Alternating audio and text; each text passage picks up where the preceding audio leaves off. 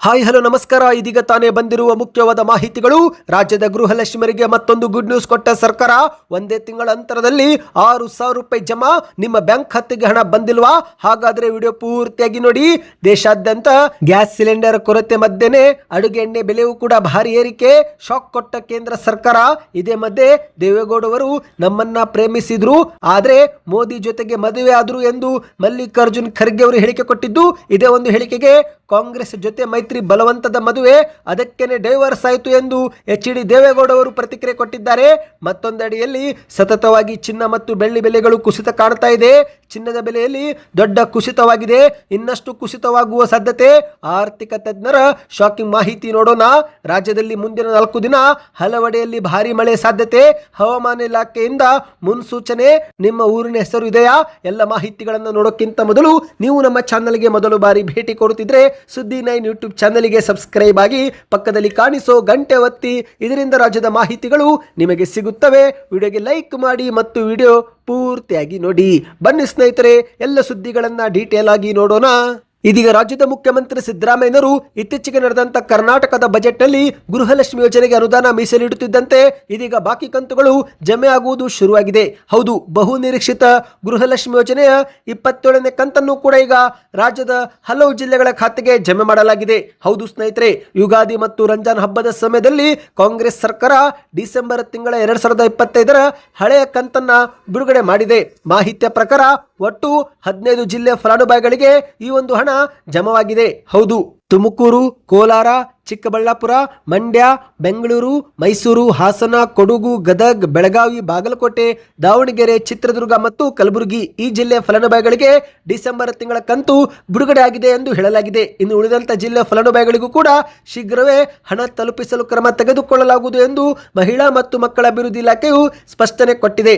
ಯುಗಾದಿ ಮತ್ತು ರಂಜಾನ್ ಹಬ್ಬದ ಸಮಯದಲ್ಲೇ ಈ ಒಂದು ಹಣ ಬಿಡುಗಡೆ ಮಾಡಲಾಗಿದ್ದು, ಮಧ್ಯಮ ಮತ್ತು ಬಡ ವರ್ಗದ ಮಹಿಳೆಯರಿಗೆ ಈ ಒಂದು ಹಣ ದೊಡ್ಡ ಮಟ್ಟದ ನೆರವು ನೀಡಿದೆ. ಹೌದು ಸ್ನೇಹಿತರೆ, ತಾಂತ್ರಿಕ ಕಾರಣಗಳಿಂದ ವಿಳಂಬವಾಗಿದ್ದಂತ ಕಂತುಗಳು ಈಗ ಒಟ್ಟಾಗಿ ಬಂದಿರುವುದು ಗೃಹಿಣಿಯರ ಮುಖದಲ್ಲಿ ಮಂದಹಾಸ ಮೂಡಿದೆ. ಇನ್ನು ನಿಮ್ಮ ಬ್ಯಾಂಕ್ ಖಾತೆಗೂ ಒಟ್ಟು 6,000 ರೂಪಾಯಿ ಜಮಾ ಇದೆಯಾ? ಕಮೆಂಟ್ ಮಾಡಿ. ಹೌದು ಸ್ನೇಹಿತರೆ, ಫೆಬ್ರವರಿಯಲ್ಲಿ 25 ಮತ್ತು 26ನೇ ಕಂತನ್ನ ಬಿಡುಗಡೆ ಮಾಡಲಾಗಿತ್ತು. ಇದೀಗ ಮಾರ್ಚ್ ತಿಂಗಳಲ್ಲಿ 27ನೇ ಕಂತು ಬಿಡುಗಡೆ ಮಾಡಿದ್ದಾರೆ. ಈ ಮೂಲಕ 2 ತಿಂಗಳಲ್ಲಿ ಒಟ್ಟು 3 ಕಂತು ಹಾಕುವ ಮೂಲಕ 6,000 ರೂಪಾಯಿ ಹಣವನ್ನು ಮಹಿಳೆಯರ ಬ್ಯಾಂಕ್ ಖಾತೆಗೆ ಜಮೆ ಮಾಡಲಾಗಿದೆ. ಇನ್ನು ನಿಮ್ಮ ಬ್ಯಾಂಕ್ ಖಾತೆಗೆ ಹಣ ಬಂದಿದೆಯಾ? ಕಮೆಂಟ್ ಮಾಡಿ ತಿಳಿಸಿ. ಇದರಿಂದ ಒಂದು ಉತ್ತಮ ಫೀಡ್ಬ್ಯಾಕ್ ಸಿಗುತ್ತೆ. ಮಾಹಿತಿಯ ಪ್ರಕಾರ ಸಾಕಷ್ಟು ಜಿಲ್ಲೆ ಫಲಾನುಭವಿಗಳಿಗೆ ಇದೀಗ ಹಣ ಜಮಾ ಆಗುವುದು ಶುರುವಾಗಿದೆ. ಬನ್ನಿ ಮತ್ತೊಂದು ಮಾಹಿತಿಗೆ ಹೋಗೋಣ. ಇದೀಗ ದೇಶಾದ್ಯಂತ ಯುಗಾದಿ ಹಬ್ಬದ ಸಮಯದಲ್ಲಿ ಅಡುಗೆ ಎಣ್ಣೆ ಬೆಲೆ ಭಾರಿ ಏರಿಕೆಯಾಗಿದೆ. ಹೌದು ಸ್ನೇಹಿತರೆ, ಯುಗಾದಿ ಸಮಯದಲ್ಲೇ ಕರ್ನಾಟಕದ ಜನತೆಗೆ ದೊಡ್ಡ ಶಾಕು ಸಿಕ್ಕಿದೆ. ಮಧ್ಯಪ್ರಾಚ್ಯದ ಯುದ್ಧದ ನಡುವೆ ಅಡುಗೆ ಅನಿಲ ಸಿಲಿಂಡರ್ ಕೊರತೆ ಬಂದಲ್ಲೇ ಈಗ ಅಡುಗೆ ಮನೆಗೆ ಮತ್ತೊಂದು ಶಾಕ್ ಎದುರಾಗಿದೆ. ಅದುವೇ ಅಡುಗೆ ಎಣ್ಣೆ ಬೆಲೆ ಏರಿಕೆ. ಹೌದು ಸ್ನೇಹಿತರೆ, ಅಡುಗೆ ಎಣ್ಣೆಗೂ ಕೂಡ ಯುದ್ಧದ ಬಿಸಿ ತಟ್ಟಿದ್ದು ಅಡುಗೆ ಎಣ್ಣೆ ಬೆಲೆ ಭಾರಿ ಏರಿಕೆ ಕಂಡಿದೆ. ಫಾಯಮ್ ಆಯಿಲ್ ಮತ್ತು ಸನ್ಫ್ಲವರ್ ಆಯಿಲ್ ಹಾಗೂ ಶೇಂಗಾ ಎಣ್ಣೆ ಸೇರಿದಂತೆ ಎಲ್ಲಾ ರೀತಿಯ ಅಡುಗೆ ಎಣ್ಣೆಗಳ ಬೆಲೆಯಲ್ಲಿ ಭಾರಿ ಏರಿಕೆಯಾಗಿದೆ ಎಂದು ಹೇಳಲಾಗ್ತಾ ಇದೆ. ಹೌದು, ಕಳೆದ 10 ರಿಂದ 15 ದಿನಗಳಲ್ಲಿ ಅಡುಗೆ ಎಣ್ಣೆಗಳು ಸಖತ್ತಾಗಿ ಏರಿಕೆಯಾಗಿದೆ. ರಾಯಚೂರು ಜಿಲ್ಲೆಯಲ್ಲಿ ಎಣ್ಣೆ ವ್ಯಾಪಾರಿ ಒಬ್ಬರು ನ್ಯೂಸ್ 18ಗೆ ಮಾತನಾಡಿದ್ದು ತಮ್ಮ ನೋವನ್ನ ತೋಡಿಕೊಂಡಿದ್ದಾರೆ. ಸಿಲಿಂಡರ್ ಗ್ಯಾಸ್ ಬಳಿಕ ಈಗ ಅಡುಗೆ ಎಣ್ಣೆ ಸರದಿ ಬಂದಿದೆ. ಲೀಟರ್ಗೆ 80 ರೂಪಾಯಿ ಏರಿಕೆ ಮಾಡಲಾಗಿದೆ. ಕೇವಲ 10 ರಿಂದ 15 ದಿನಗಳಲ್ಲಿ 1 ಲೀಟರ್ಗೆ 70 ರೂಪಾಯಿಂದ 80 ರೂಪಾಯಿ ಏರಿಕೆಯಾಗಿದೆ. ಯುದ್ಧ ಪ್ರಾರಂಭವಾದ ಬಳಿಕ ಎಣ್ಣೆ ರೇಟು ಏರಿಕೆ ಶುರುವಾಗಿದೆ ಎಂದು ಮಾಧ್ಯಮಗಳ ಮುಂದೆ ಹೇಳಿಕೆ ಕೊಟ್ಟಿದ್ದಾರೆ. ಹೌದು, ಮಾಹಿತಿಯ ಪ್ರಕಾರ ಸ್ನೇಹಿತರೆ, ಫಾರ್ಮ್ ಆಯಿಲ್ ಈಗ ಲೀಟರ್ಗೆ 150 ರೂಪಾಯಿ, ಸನ್ಫ್ಲವರ್ ಆಯಿಲ್ ಲೀಟರ್ಗೆ 170 ರೂಪಾಯಿ ಮತ್ತು ಶೇಂಗಾ ಎಣ್ಣೆ ಲೀಟರ್ಗೆ 200 ರೂಪಾಯಿವರೆಗೆ ಮಾರಾಟವಾಗಿದೆ ಎಂದು ಅವರು ತಿಳಿಸಿದ್ದಾರೆ. ಈ ಒಂದು ಬೆಲೆಗಳು ಕಳೆದ ತಿಂಗಳಿಗೆ ಹೋಲಿಸಿದ್ರೆ 40% ರಿಂದ 50% ಹೆಚ್ಚಳವಾಗಿದೆ ಎಂದು ತಮ್ಮ ನೋವನ್ನ ತೋಡಿಕೊಂಡಿದ್ದಾರೆ. ಬನ್ನಿ ಸ್ನೇಹಿತರೆ, ಮತ್ತೊಂದು ಮಾಹಿತಿಗೆ ಹೋಗೋಣ. ಅದಕ್ಕಿಂತ ಮೊದಲು ವಿಡಿಯೋಗೆ ನೀವು ಲೈಕ್ ಮಾಡಿಲ್ಲವೆಂದ್ರೆ ದಯವಿಟ್ಟು ಲೈಕ್ ಮಾಡ್ತಾ ಚಾನಲ್ಗೆ ಸಬ್ಸ್ಕ್ರೈಬ್ ಮಾಡ್ಕೊಳ್ಳಿ. ಇದೀಗ ಮಾಜಿ ಪ್ರಧಾನಿ ದೇವೇಗೌಡವರು ನಮ್ಮನ್ನ ಪ್ರೇಮಿಸಿದ್ರು, ಆದರೆ ಮೋದಿ ಜೊತೆ ಮದುವೆ ಆದ್ರು ಎಂದು ಮಲ್ಲಿಕಾರ್ಜುನ್ ಖರ್ಗೆ ಅವರು ರಾಜ್ಯಸಭೆಯಲ್ಲಿ ಹೇಳಿಕೆಯನ್ನ ಕೊಟ್ಟಿದ್ದಾರೆ. ಹೌದು, ಇತ್ತೀಚೆಗೆ ನಿವೃತ್ತ ಹೊಂದುತ್ತಿರುವ ಸದಸ್ಯರಿಗೆ ರಾಜ್ಯಸಭೆಯಲ್ಲಿ ಬೆಲ್ಕೊಡುಗೆ ಸಮಾರಂಭ ಆಯೋಜನೆ ಮಾಡಲಾಗಿತ್ತು. ಇದೇ ಒಂದು ಸಮಾರಂಭ ಹಾಸ್ಯಮಯ ಸನ್ನಿವೇಶಕ್ಕೆ ಸಾಕ್ಷಿಯಾಗಿದೆ. ನಿವೃತ್ತಿಯಾಗುತ್ತಿರುವ ಸದಸ್ಯರನ್ನ ಉದ್ದೇಶಿಸಿ ಮಾತನಾಡುವ ವೇಳೆ ಎಐಸಿಸಿ ಅಧ್ಯಕ್ಷ ಮಲ್ಲಿಕಾರ್ಜುನ್ ಖರ್ಗೆ ಅವರು ಮಾಜಿ ಪ್ರಧಾನಿ ಎಚ್.ಡಿ. ದೇವೇಗೌಡರಿಗೆ ಶುಭ ಹಾರೈಸಿದ್ದಾರೆ. ಇದೇ ಮಧ್ಯೆ ಮಾಜಿ ಪ್ರಧಾನಿ ಎಚ್.ಡಿ. ದೇವೇಗೌಡರ ಕುರಿತಂತೆ ಒಂದು ಶಾಕಿಂಗ್ ಹೇಳಿಕೆಯನ್ನು ಕೊಟ್ಟಿದ್ದಾರೆ. ನಾನು ದೇವೇಗೌಡವರನ್ನು 54 ವರ್ಷಗಳಿಂದ ಬಲ್ಲೆ, ಅವರೊಂದಿಗೆ ನಾನು ಕೆಲಸ ಮಾಡಿದ್ದೇನೆ. ಆದರೆ ಆ ನಂತರ ಏನಾಯಿತು ನನಗೆ ಗೊತ್ತಿಲ್ಲ. ಅವರು ನಮ್ಮನ್ನ ಪ್ರೀತಿಸಿದ್ರು, ಆದರೆ ಪ್ರಧಾನಿ ನರೇಂದ್ರ ಮೋದಿ ಅವರನ್ನ ವಿವಾಹವಾದರು ಎಂದು ಮಲ್ಲಿಕಾರ್ಜುನ್ ಖರ್ಗೆ ಅವರು ಹೇಳಿಕೆ ಕೊಟ್ಟಿದ್ದಾರೆ. ಮಲ್ಲಿಕಾರ್ಜುನ್ ಖರ್ಗೆ ಅವರ ಹೇಳಿಕೆ ಸದಸ್ಯರೆಲ್ಲರನ್ನು ಕೂಡ ನಗುವಂತೆ ಮಾಡಿದ್ದು, ಜೊತೆಗೆ ಹಾಜರಿದ್ದಂತ ಪ್ರಧಾನಿ ಮೋದಿ ಅವರು ಕೂಡ ನಗುತ್ತಿರುವುದು ಕಂಡು ಬಂದಿದೆ. ಇನ್ನು ಇದೇ ಒಂದು ವಿಚಾರ ಕುರಿತಂತೆ ಮಾಜಿ ಪ್ರಧಾನಿ ಎಚ್.ಡಿ. ದೇವೇಗೌಡ ಅವರು ಕೂಡ ತಮ್ಮ ಸರದಿ ವೇಳೆ ಪ್ರತಿಕ್ರಿಯೆ ಕೊಟ್ಟಿದ್ದಾರೆ. ಕಾಂಗ್ರೆಸ್ ಜೊತೆಗಿನ ಮೈತ್ರಿ ಬಲವಂತದ ಮದುವೆ, ಅದಕ್ಕೇನೆ ಡೈವರ್ಸ್ ಆಯಿತು ಎಂದು ಎಚ್.ಡಿ. ದೇವೇಗೌಡ ಅವರು ಕೂಡ ಹೇಳಿಕೆ ಕೊಟ್ಟಿದ್ದಾರೆ. ಹೌದು, ಸಂಸತ್ನಲ್ಲಿ ಕಾಂಗ್ರೆಸ್ ನಾಯಕ ಮಲ್ಲಿಕಾರ್ಜುನ್ ಖರ್ಗೆ ಮಾಡಿದಂಥ ಟೀಕೆಗೆ ತಿರುಗೇಟು ಎಂಬುವಂತೆ ದೇವೇಗೌಡ ಅವರು ಕೂಡ ತಮ್ಮ ಹೇಳಿಕೆಯನ್ನು ಬಿಡುಗಡೆ ಮಾಡಿದ್ದಾರೆ. ನಾನು ಕಾಂಗ್ರೆಸ್ ಜೊತೆ ಬಲವಂತದ ಸಂಬಂಧದಲ್ಲಿದ್ದೆ, ಅದು ಒಳ್ಳೆಯ ಸಂಬಂಧವಾಗಿರಲಿಲ್ಲ, ಆದ್ದರಿಂದಲೇ ದೂರವಾಗಬೇಕಾಯಿತು ಎಂದು ತಿಳಿಸಿದ್ದಾರೆ. ಇನ್ನು ಅಷ್ಟು ಮಾತ್ರವಲ್ಲ ಸ್ನೇಹಿತರೆ, ಮೈತ್ರಿ ತೊರೆದು ಹೋಗಿದ್ದು ನಾವಲ್ಲ, ಕಾಂಗ್ರೆಸ್ ಅಂದು ಕೂಡ ದೇವೇಗೌಡ ಅವರು ತಿಳಿಸಿದ್ದಾರೆ. ಹೌದು, ನಾನು ಕಾಂಗ್ರೆಸ್ ಮೈತ್ರಿಯನ್ನ ಬಿಟ್ಟಿಲ್ಲ, ಅವರೇ ನಮ್ಮನ್ನ ಬಿಟ್ಟು ಹೋದ್ರು. ಆ ಸಂದರ್ಭದಲ್ಲಿ ನನಗೆ ಬೇರೆ ಮಾರ್ಗ ಇರಲಿಲ್ಲ, ಆದ್ದರಿಂದಲೇ ಸ್ಥಿರ ಮೈತ್ರಿಗಾಗಿ ಮುಂದಿನ ಹೆಜ್ಜೆ ಇಟ್ಟು ನಾವು ನಡಿಬೇಕಾಯಿತು ಎಂದು ಮಾಜಿ ಪ್ರಧಾನಿ ದೇವೇಗೌಡ ಅವರು ಸ್ಪಷ್ಟನೆ ಕೊಟ್ಟಿದ್ದಾರೆ. ಬನ್ನಿ ಸ್ನೇಹಿತರೆ, ಮತ್ತೊಂದು ಮಾಹಿತಿಗೆ ಹೋಗೋಣ.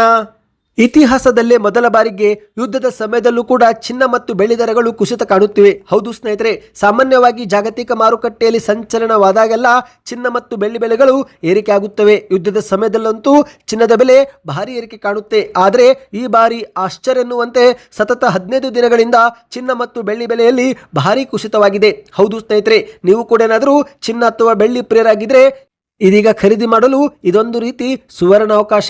ಮಾರ್ಚ್ 2ಕ್ಕೆ ಭಾರತದಲ್ಲಿ 10 ಗ್ರಾಂ ಚಿನ್ನದ ಬೆಲೆ ಬರೋಬ್ಬರಿ 1,70,000 ರೂಪಾಯಿ ಇತ್ತು. ಇದೀಗ ಮಾರ್ಚ್ 24 ಅನ್ನುವಷ್ಟರಲ್ಲಿ ಆ ಒಂದು ಚಿನ್ನದ ಬೆಲೆಯಲ್ಲಿ ಸರಿಸುಮಾರು 30,000 ರೂಪಾಯಿ ಕುಸಿತವಾಗಿದೆ. ಹೌದು ಸ್ನೇಹಿತರೆ, ಇವತ್ತಿನ 24 ಕ್ಯಾರೆಟ್ 10 ಗ್ರಾಂ ಚಿನ್ನದ ಬೆಲೆ 1,35,000 ರೂಪಾಯಿ, ಅಂದ್ರೆ ಸರಿಸುಮಾರು 30,000 ರೂಪಾಯಿ ಕುಸಿತವಾಗಿದೆ. ಇನ್ನು ಕೇವಲ ಭಾರತ ಮಾತ್ರವಲ್ಲ, ಅಂತಾರಾಷ್ಟ್ರೀಯ ಮಾರುಕಟ್ಟೆಯಲ್ಲೂ ಕೂಡ ಚಿನ್ನ ಮತ್ತು ಬೆಳ್ಳಿ ಬೆಲೆಗಳು ಭಾರಿ ಕುಸಿತ ಕಾಣುತ್ತಿವೆ ಸ್ನೇಹಿತರೆ. ಬೆಳ್ಳಿ ಬೆಲೆ 4,20,000 ರೂಪಾಯಿ ಪ್ರತಿ ಕೆಜಿ ಆಗಿತ್ತು. ಇದೀಗ ಮಾರ್ಚ್ 24ಕ್ಕೆ 2,30,000 ರೂಪಾಯಿ, ಅಂದರೆ ಸರಿಸುಮಾರು 50% ಬೆಳ್ಳಿ ಬೆಲೆಗಳು ಕೂಡ ಕುಸಿತವಾಗಿದೆ. ಇನ್ನು ಚಿನ್ನ ಮತ್ತು ಬೆಳ್ಳಿಯ ಇತಿಹಾಸ ನೋಡುವುದಾದರೆ 1980ರಿಂದಲೂ ಕೂಡ ಯುದ್ಧದ ಆರಂಭಿಕ ಹಂತಗಳಲ್ಲಿ ಚಿನ್ನದ ಬೆಲೆ ಯಾವಾಗಲೂ ಕೂಡ ಭಾರಿ ಏರಿಕೆ ಕಂಡಿದೆ. ಉದಾಹರಣೆಗೆ ಸ್ನೇಹಿತರೆ, 1990ರ ಗಲ್ಫ್ ರಾಷ್ಟ್ರ ಯುದ್ಧದ ಸಮಯದಲ್ಲಿ ಚಿನ್ನದ ಬೆಲೆಯಲ್ಲಿ 20% ಏರಿಕೆ ಆಗಿತ್ತು. ಆ ನಂತರ 2003ರ ಇರಾಕ್ ಯುದ್ಧದ ಸಮಯದಲ್ಲೂ ಕೂಡ ಮತ್ತೊಮ್ಮೆ ಏರಿಕೆ ಕಂಡಿತ್ತು. ಇನ್ನು ಇತ್ತೀಚೆಗೆ 2022 ರಷ್ಯಾ ಉಕ್ರೇನ್ ಯುದ್ಧದ ನಡುವೆಯೂ ಕೂಡ ದೊಡ್ಡ ಮಟ್ಟದಲ್ಲೇ ಚಿನ್ನ ಬೆಲೆಗಳು ಏರಿಕೆ ಕಂಡಿದ್ದವು. ಆದರೆ ಇದೇ ಮೊದಲ ಬಾರಿಗೆ ಆಶ್ಚರ್ಯ ಎನ್ನುವಂತೆ ಇರಾನ್ ಇಸ್ರೇಲ್ ನಡುವಿನ ಯುದ್ಧದ ಆರಂಭದಿಂದಲೂ ಕೂಡ ಚಿನ್ನದ ಬೆಲೆ ಮೇಲಕ್ಕೆ ಹೋಗಲೇ ಇಲ್ಲ, ಬದಲಿಗೆ ಕೆಳಮುಖವಾಗಿ ಕುಸಿಯುತ್ತಲೇ ಹೋಗಿದೆ. ಸ್ನೇಹಿತರೆ, ನೀವೇನಾದರೂ ಚಿನ್ನ ಅಥವಾ ಬೆಳ್ಳಿ ಖರೀದಿ ಮಾಡಲು ಯೋಚಿಸುತ್ತಿದ್ರೆ ಇದೊಂದು ಸುವರ್ಣ ಅವಕಾಶ. ಇನ್ನು ಮಾರುಕಟ್ಟೆ ಪ್ರಕಾರ ನೋಡುವುದಾದರೆ ಚಿನ್ನ ಮತ್ತು ಬೆಳ್ಳಿ ಬೆಲೆಗಳು ಇನ್ನಷ್ಟು ಕುಸಿತವಾಗುವ ಸಾಧ್ಯತೆ ಇದೆ. ಹೌದು, 10 ಗ್ರಾಂ ಚಿನ್ನದ ಬೆಲೆ 1,20,000 ರೂಪಾಯಿವರೆಗೆ ಬರಬಹುದು ಎಂದು ಕೂಡ ಅಂದಾಜು ಮಾಡಲಾಗಿದೆ. ಈಗ ಬೆಳ್ಳಿ ಸದ್ಯ 1 ಕೆಜಿ 2,30,000 ರೂಪಾಯಿ ಇದ್ದು, ಇದು ಕೂಡ 1 ಕೆಜಿಗೆ 1,50,000 ರೂಪಾಯಿ ಆಗುವ ಸಾಧ್ಯತೆ ಇದೆ. ನಿಮ್ಮ ಪ್ರಕಾರ ಚಿನ್ನ ಮತ್ತು ಬೆಳ್ಳಿ ಬೆಲೆಗಳು ಕುಸಿತವಾಗಬೇಕು, ಏರಿಕೆ ಆಗಬೇಕು, ನಿಮ್ಮ ಅನಿಸಿಕೆ ಏನು ಎಂಬುದನ್ನು ನಮಗೆ ಕಮೆಂಟ್ ಮಾಡಿ. ಬನ್ನಿ ಕೊನೆಯ ಮಾಹಿತಿಗೆ ಹೋಗೋಣ. ನಿಮ್ಮ ಊರಿನಲ್ಲೂ ಕೂಡ ಮಳೆ ಆಗುತ್ತಿದ್ರೆ ಕಮೆಂಟ್ ನಲ್ಲಿ ಎಸ್ ಎಂದು ಕಮೆಂಟ್ ಮಾಡಿ. ಹೌದು ಸ್ನೇಹಿತರೆ, ಬೇಸಿಗೆ ಕಾಲದ ಸಮಯದಲ್ಲೇ ರಾಜ್ಯದ ಹಲವು ಜಿಲ್ಲೆಗಳಲ್ಲಿ ಮಳೆರಾಯ ಆರ್ಭಟಿಸುತ್ತಿದ್ದಾನೆ. ಈಗಾಗಲೇ ಹಲವು ಜಾಗಗಳಲ್ಲಿ ಮಳೆ ಶುರುವಾಗಿದೆ. ಉತ್ತರ ಹಾಗೂ ದಕ್ಷಿಣ ಒಳನಾಡಿನ ಹಲವು ಜಿಲ್ಲೆಗಳಿಗೆ ಯೆಲ್ಲೋ ಅಲರ್ಟ್ ಕೂಡ ಘೋಷಣೆ ಮಾಡಲಾಗಿದೆ. ಹೌದು, ಉತ್ತರ ಒಳನಾಡಿನ ಜಿಲ್ಲೆಗಳಾಗಿರುವ ಕಲಬುರಗಿ, ಹಾವೇರಿ, ಬಾಗಲಕೋಟೆ, ವಿಜಯಪುರ, ಕೊಪ್ಪಳ, ಗದಗ ಮತ್ತು ಧಾರವಾಡ ಜಿಲ್ಲೆಯ ಒಂದೆರಡು ಸ್ಥಳಗಳಲ್ಲಿ ಬಿರುಗಾಳಿಯೊಂದಿಗೆ ಇನ್ನು 1 ವಾರ ಸಾಧಾರಣ ಮಳೆ ಆಗುವ ಸಾಧ್ಯತೆ ಇದೆ ಎಂದು ಹವಾಮಾನ ಇಲಾಖೆಯು ಮುನ್ಸೂಚನೆ ಕೊಟ್ಟಿದೆ. ಅಂದ್ರೆ ಮಾರ್ಚ್ ತಿಂಗಳ ಅಂತ್ಯದವರೆಗೂ ಈ ಜಿಲ್ಲೆಗಳಲ್ಲಿ ಮಳೆಯಾಗಲಿದೆ. ಇನ್ನು ದಕ್ಷಿಣ ಒಳನಾಡಿನ ಚಾಮರಾಜನಗರ, ಮೈಸೂರು, ಹಾಸನ, ಕೊಡಗು, ಶಿವಮೊಗ್ಗ, ಚಿಕ್ಕಮಗಳೂರು, ದಾವಣಗೆರೆ ಮತ್ತು ಮಂಡ್ಯ ಈ ಜಿಲ್ಲೆಗಳಲ್ಲಿ ಬಿರುಗಾಳಿಯೊಂದಿಗೆ ಮಳೆಯಾಗುವ ಸಂಭವ ಇದೆ ಎಂದು ಹವಾಮಾನ ಇಲಾಖೆಯು ಮುನ್ಸೂಚನೆ ಕೊಟ್ಟಿದೆ. ಒಟ್ಟಿನಲ್ಲಿ ಸ್ನೇಹಿತರೆ, ಈಗಾಗಲೇ ಹಲವು ಜಾಗದಲ್ಲಿ ಮೋಡ ಕವಿದ ವಾತಾವರಣವೂ ಕೂಡ ಸಂಭವಿಸಿದ್ದು ಭಾರಿ ಗಾಳಿಯೊಂದಿಗೆ ಮಳೆಯಾಗುವ ಸಾಧ್ಯತೆ ಇದೆ. ನಿಮ್ಮ ಊರಲ್ಲೂ ಕೂಡ ಮಳೆ ಆಗುತ್ತಿದೆಯಾ? ಕಮೆಂಟ್ ಮಾಡಿ. ಮಾಹಿತಿಯ ಪ್ರಕಾರ ಮಾರ್ಚ್ 31ರವರೆಗೆ ಇನ್ನೂ ಹಲವು ಜಾಗದಲ್ಲಿ ಮಳೆರಾಯ ಆರ್ಭಟಿಸಲಿದ್ದಾರೆ. ಸ್ನೇಹಿತರೆ, ಸದ್ಯಕ್ಕೆ ಎಷ್ಟೇ ಇತ್ತು. ವಿಡಿಯೋ ಇಷ್ಟವಾಗಿದ್ದರೆ ಲೈಕ್ ಮಾಡ್ತಾ ಚಾನಲ್ಗೆ ಸಬ್ಸ್ಕ್ರೈಬ್ ಆಗಿ.